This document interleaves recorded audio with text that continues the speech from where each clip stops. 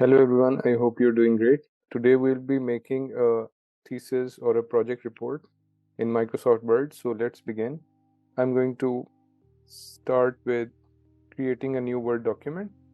And now I'm going to leave all the page options to the standard default options. And now I'm going to write here final year project report. I'm going to type a fake name for a project. So let's type an app for health management. Then I'm going to insert the logo of the college or the university. So I'm going to go to the browser and I'm going to search for the name of the logo that I want to search. So I'm going to look for the FCCU logo and I can see it over here. So I'm going to click it and then I'm going to click it once again so that it enlarges a bit, and then I'm going to right click and save the image as, and I'm going to find a location on the disk. I will make sure that I save it in the downloads folder or somewhere where I can locate it properly again.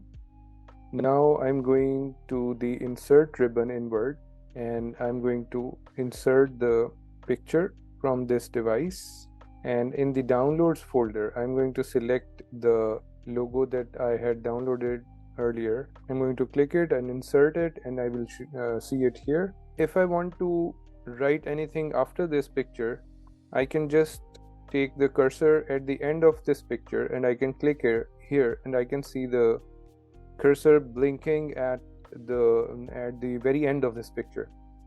This is only in case that you already did not have any lines after this picture. You can be sure of that by using Ctrl+Shift+8 or using this turning on the paragraph marks. And in my case, you can see that I don't really have any lines after the picture, whereas I want to write after the picture. So I'm going to press enter at this point and I will have more lines after the picture if I want to write it here.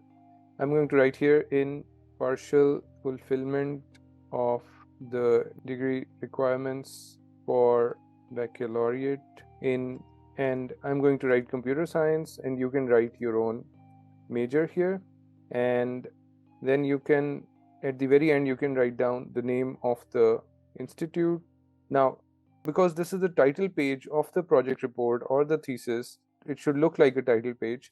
So I would select everything, all the text. I can use the mouse to select it, or I could use Ctrl+A to select all the text, and I'll do Ctrl+E to bring all of this in the center of the page, or I could use this button.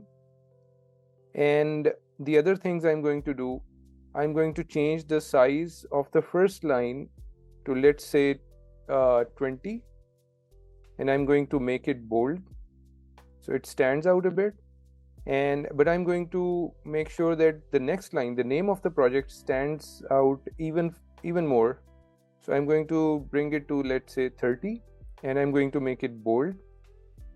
And then I'm going to change the font sizes of the last 3 lines to, let's say, 16.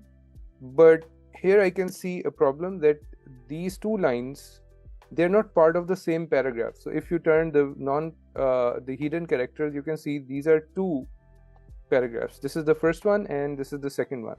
So in order to create space between these 2 paragraphs, you can click anywhere inside the first paragraph and you can right click and you can go to the paragraph options. You can actually remove space by making the after spacing of the paragraph to 0 points, and it should bring these 2 lines closer together, which will look a bit better. Now, in order to give vertical spacings between different lines, you can use the inserting new paragraphs by clicking anywhere and pressing the enter key. So you will insert different lines, you can say, and I like to call them paragraphs. So now you do the same for bringing this last line By the way, these are all 16 size fonts. To the very bottom, we bring the last line to the very bottom of the page. If we press the enter key any further, the line goes to the next page, which we don't want. And the second thing I'm going to do is that I'm going to try to place this picture in the middle of the page. I could do it using the picture tools, or I could do this by manually adjusting the vertical spacing. So I can always add more paragraphs up here, or I could delete some paragraphs from down here. So I'm going to bring this slightly towards the lower side, and let me do this and this. So probably two paragraphs would place it in the, you can say, appropriate position. So now this logo appears to be right in the middle, and actually we could also bring these two lines to slightly, below the top, but I think it is okay for now. And sometimes you see there's a border with the logo which we copied from the internet. How can you get rid of that? So you can go to the picture format and you can use the crop tool to crop out the border slightly, just get rid of some of the pixels in all directions. So it is going to get rid of the border which was embedded inside the picture. Now let's turn this hidden characters off, and we can see that this is our title page. It looks fine for now. Now I'm going to add a new page into the document. So how do I do that? I go to the very last of the page, after which I want to add a new page. If it is the last line of the first page, the pressing enter will add a new page. If it is not the last line, you can do control plus enter and it will take you to the next page. Both of these options are correct. You can follow any of those. Now for a certain reason, which is that I would like to have table of contents here, I'm going to press enter again, control enter again. So now there's third page inserted. I'm going to keep the second page empty for now because I'm going to later insert the table of contents here.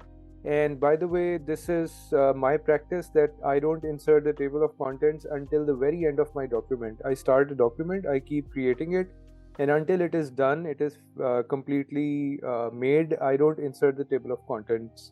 So I'm going to leave this page blank for that for now. And now for the next page, I'm going to populate this using some text from the internet, which is going to help me, simulate a kind of project report. So I have tested this document and I've used it before, so I'm going to do the same. I'm going to look for Wiki LMS. LMS is short for Learning Management Systems. I'm going to its Wikipedia page, and here you can see it defines what a learning management system is, and then it goes to the next heading and it lists down its characteristics. And you can see here that under characteristics, the first heading is the purpose of an LMS and then history of LMS softwares. But if you look closely, the correspondence teaching is a subheading of the history. There are several historical phases of distance education that preceded the development of the LMS. Now, this is why this document is going to help me, because it has 3 levels of headings. The first level is this one, the main kind of heading, and then there is the second level of heading, and then there's a third level of heading. So what I'm going to do, I'm going to select this up to this learning management industry, actually before this. So I'm going to use the mouse to select it, starting from here up to the very beginning of this heading, learning management system. So I've selected all of the text. I'm going to copy this text, and then I'm going to go to my document, and in the third page I'm going to use Control plus Shift plus V to paste this text. And this is how you can paste a text without the formatting. So we don't really need the formatting for now. If we were to use Control V, it would it would take more time because it will be pasting all the formatting like the hyperlinks or the different types of the citation marks with different font sizes, etc. So it's going to take a little more time, and it doesn't really help us much because we are trying to make something from scratch and we would like to have a clean kind of text. So let's do Control Z, go back, and then do Control plus Shift plus V, and it is going to paste back all the text without formatting. And now first I'm going to delete some of the text, an extra text which is copied alongside the main text that we need. Now it looks something like this. This is our first heading, learning management system. Then we have history, correspondence, teaching, etc. So what I'm going to do, I will keep referring to this this document because I would like it will be a bit difficult for me to see where the headings or the subheadings are in this document. So in order to avoid that trouble, I am just going to go to this and I'm going to see which ones are the main headings. So I'm going to treat these as the chapter names. So for example, I'm making a project report or a thesis report. I should have different chapters in that. So I'm going to use this name as a chapter, and this one is the first chapter. The second one, characteristics, I will treat it as a second chapter. And then we have technical aspects. I will treat it as the third chapter. And then I have features. I'm going to treat it as the fourth chapter. So now one thing I've noticed in reports or books is that every new chapter should begin from a new page. If a chapter starts right where the previous one ends, if a chapter starts right where a chapter ends, a new chapter starts from the end of the previous chapter, it doesn't really look very nice. So I'll show you the example here. So the first chapter, learning management system, it starts from a new page because this is the previous page, we left it blank. And the second one is characteristics. So it wouldn't look very nice if I started this chapter right here on the same page. So if I were to bring it to the new page, how do I do that? First, I click the mouse before this word characteristics, and I click it, and the cursor is now blinking before the word characteristics. And now I press Control plus Enter, and you will see that, let me do it once again, Control plus Enter, and now if I turn the hidden characters on, you can see a page break was inserted before the word characteristics, and the word characteristics went to the next page, right? So I'm going to do that to the rest of the two chapters. The third one was technical aspects, so I'm going to click before the technical aspects, or I would bring the cursor before the technical aspects word, and I'm going to press Control plus Enter, and it is going to bring it to the next page. Similarly, the last one is features. I'm going to click here and I'm going to press Control plus Enter. It is going to bring it to the next page, and this is how it looks now. Let's take a bigger view of this. So this is the first chapter, and then the page break, and this is the second chapter, starts from here. It's a bit longer one, so it goes up to this page and then the page break. Then the third chapter starts from technical aspects, finishes here, and then the fourth one starts from here and finishes here. Now we have all the chapters on starting from a new page. If you look here, there is something in the home ribbon. There's a section called styles. So the style section has different text styling options. We can use any of these styles on a selected text. So for example, I'm going to select the line, let me zoom in a bit. I'm going to select the line learning management system like this, and then I'm going to find the title style, it says here title style. I'm going to click it, and you will see that the text has become larger, and it is not bold, but probably the font name might change a bit.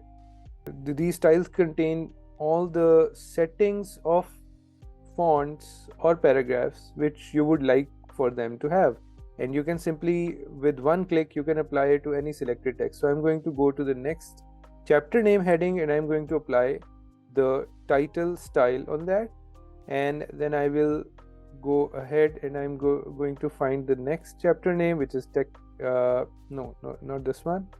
It was technical aspects, and then I'm going to click the title style. It will take that, and then I'm going to the last one, the fourth chapter. I'm going to click the title style on it. So now all of the chapter names have the same text style, which is called title.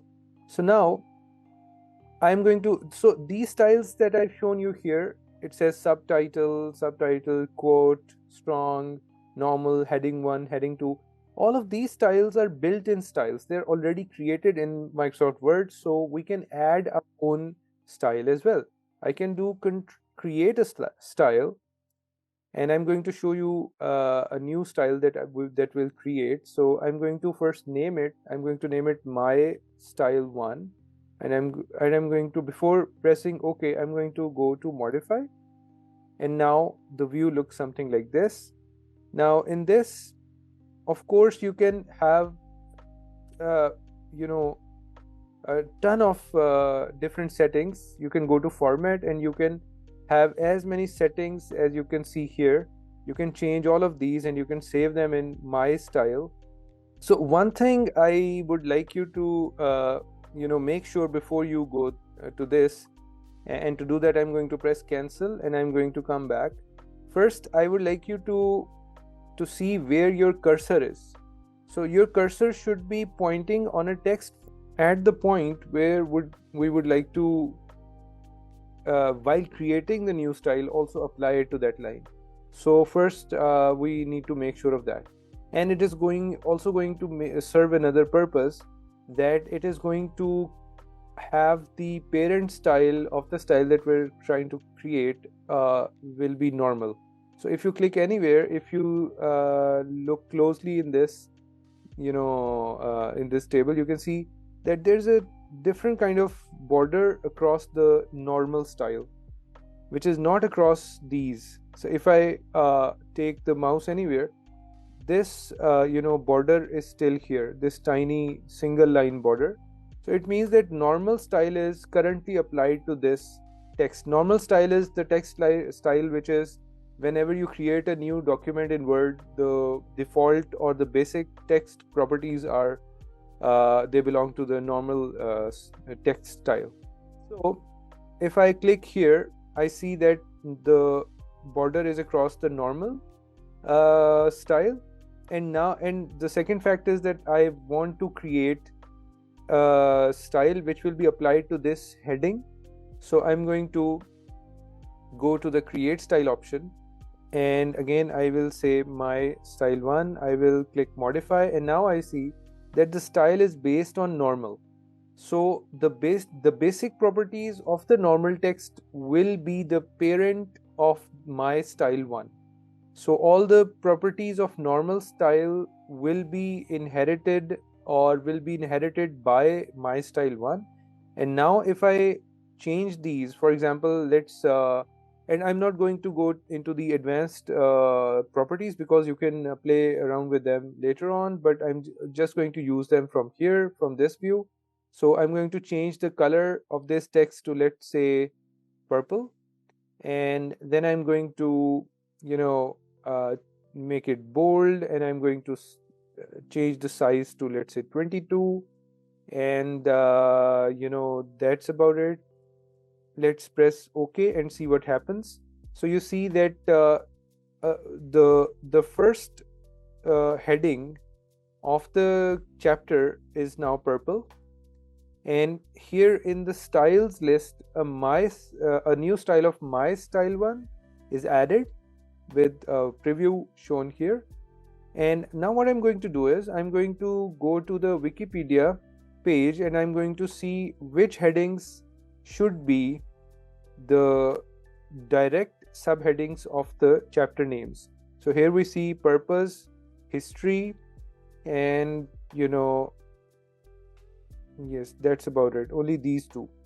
I'm going to go to the history heading. I'm going to select it, and once I select it, once this history line is selected, I go to the styles and I click my style one. Similarly, I do the same for the subheadings of technical aspects, which are none, and then I go to the features heading. It has 5 headings: managing courses, online assessment, user feedback, synchronous and asynchronous learning, and learning analytics. I'm going to select all these 5 headings and I'm going to apply my style one to all of these. So let's scroll down and let's see. Here we have the features line and I'm going to select.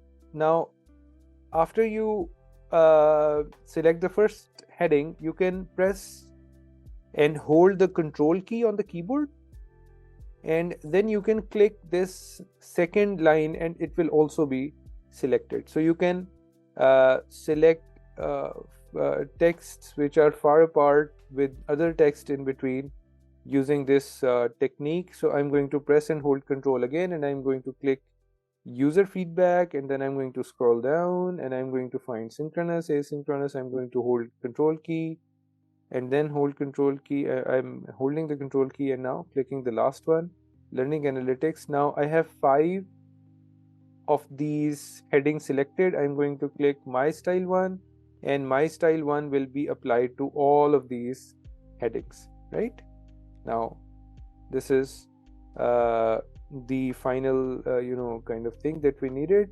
And now let's come back to the first chapter, actually the second one, because the first one was learning management system. It didn't have any subheadings. And this one, characteristics, the history part had sub to subheadings, you can say. So I'm going to apply a new style which is a built-in style. It is called heading 3. But if you look here, you don't really see or find heading 3 anywhere. But if you click heading 2, the software kind of like sees that you would like to see heading 3 as well. The list of styles which are built is a long list. It can be accessed through apply styles, but I'm going to come back to this option. I'm going to click heading 3. Then I'm going to click multimedia teaching. I think this was the multimedia teaching, telematic teaching, teaching through the internet. So all of these I'll have to select. So first one is this one, and then scroll down and press and hold the control key and click this line, telematic teaching. Then scroll down and press and hold the control key and click teaching through the internet. And now we have the remaining 3 subheadings, sub to subheadings selected here, and I'm going to click heading 3, and heading 3 will be applied to all of these 3 headings, right? So we have you can see here all 4 headings in the heading 3 style. This is 1, 2, 3 and 4. And where are we going with this? Why are we having consistent, or why am I insisting on having a consistent heading style? Why do we do that? So the answer to that is, now it will make it much easy for me to insert a table of contents for all of this document, which has 11 pages. You can see on the bottom left here it has 11 pages, and it will be really difficult to keep track of which heading falls on which particular page And actually, let's also insert page numbers. So let's click on the insert ribbon and go to the header option, or maybe the page number option, and select top and then top right, this plain number 3 option. So it is going to insert page numbers on each of the pages. So you can also customize it, like you can click different first page, so that so it will omit the page number from the title page, and then you can click anywhere outside the header footer area and it will bring you back. And now you can see that each page has a page number now.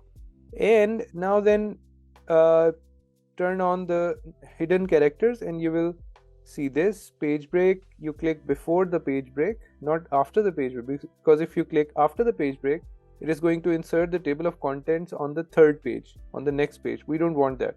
We want the table of contents to be inserted on the second page.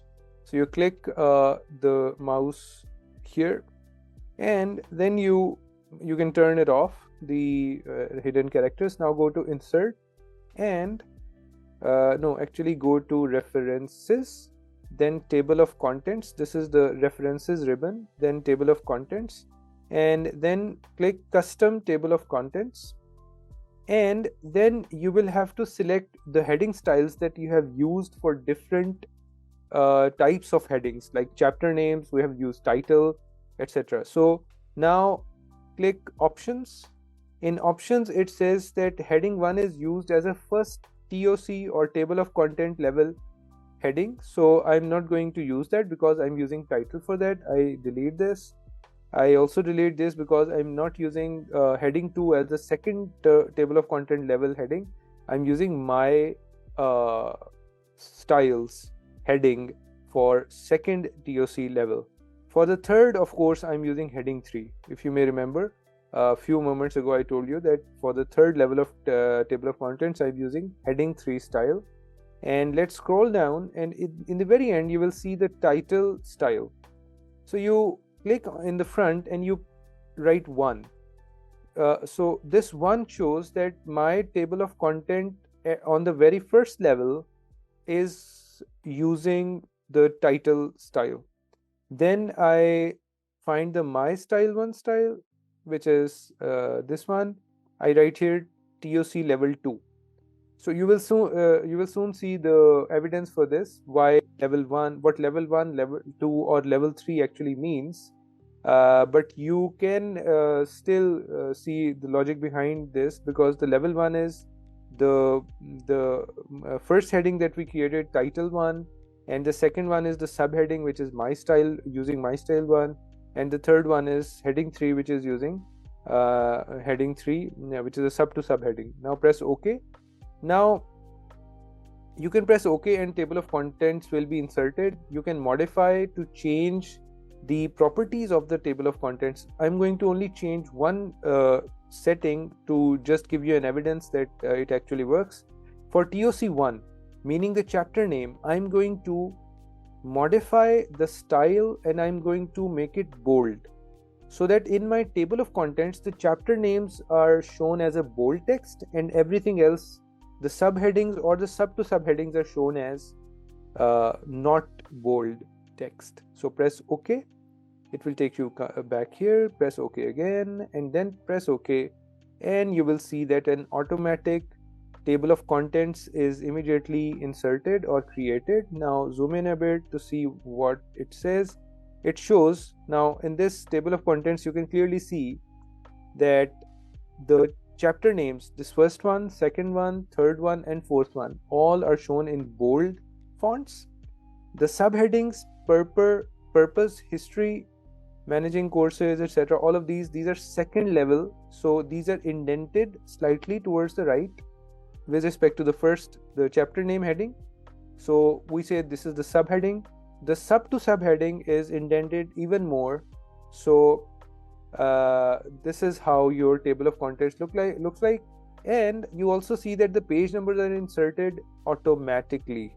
Now I will experiment with something. For example, I modify the document later on, and I increase or add some text after the synchronous and asynchronous learning part, meaning before the learning analytics, so that the learning analytics heading goes to page 12 in reality. So let's scroll down and go to the second last heading, which is synchronous and asynchronous learning, and I'm just going to copy paste this paragraph just to add more text. Pasted it twice, pasted third time, pasted 4 times, and now you see that the learning analytics has gone to page number 12. Now let's go to the table of contents and see whether this change is reflected there or not. So here in the table of contents, you can see that the learning analytics is still shown on page 11. How do you update this? You right click the table of content anywhere and you click update field. This is the option update field, and it is going to update, it is going to fetch all of the headings again, and it is going to show the new page numbers. In this case, the last heading has gone to page 12. So here you see that this is the page number. Now other customizations, you can press the left click of the mouse in before the first word of this table of content and press enter multiple times. It is going to come down. Now you can also see through the hidden characters. I'm going to type here table of contents. Now one thing is important, that if you want a particular text to not appear in the table of contents, you do not use the styles that you have used for creating the table of contents, namely in this case title, my style 1 and heading 3. We have used these 3 styles for creating this table of contents.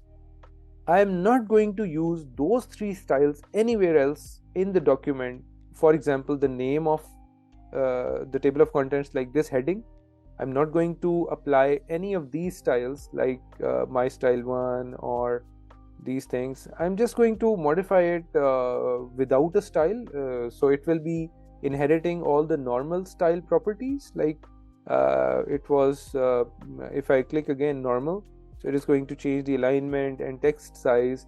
Then I can increase the size again, bring it to the center. I could increase the text size so that it looks better. So now this is, or you can actually add a new line, and you can give the like this is the topic name and this is the page number. And in order to bring the page number towards the very right, what did we do? We used the right tab using this ruler tool here. So I can create a new tab here, and it is going to bring the page number heading towards the very right. I can make it slightly smaller so it looks as a distinct thing, not part of the table of contents. I'm going to make it italic. So turn off the hidden characters, and now this is what the table of contents looks like. Although this line was really unnecessary, it is quite obvious what table of contents has the components like the topic names or the page numbers. You don't really need it to do that. So this is your you can say you have tested a sample thesis report or a project report. Now you know what things. There are other things as well, like creating list of figures or list of tables or citations or references. You can do all of those things too, but for now in this particular activity we are going to end it here. I hope you understood everything. If you don't, you can ask in the comments below. Thanks.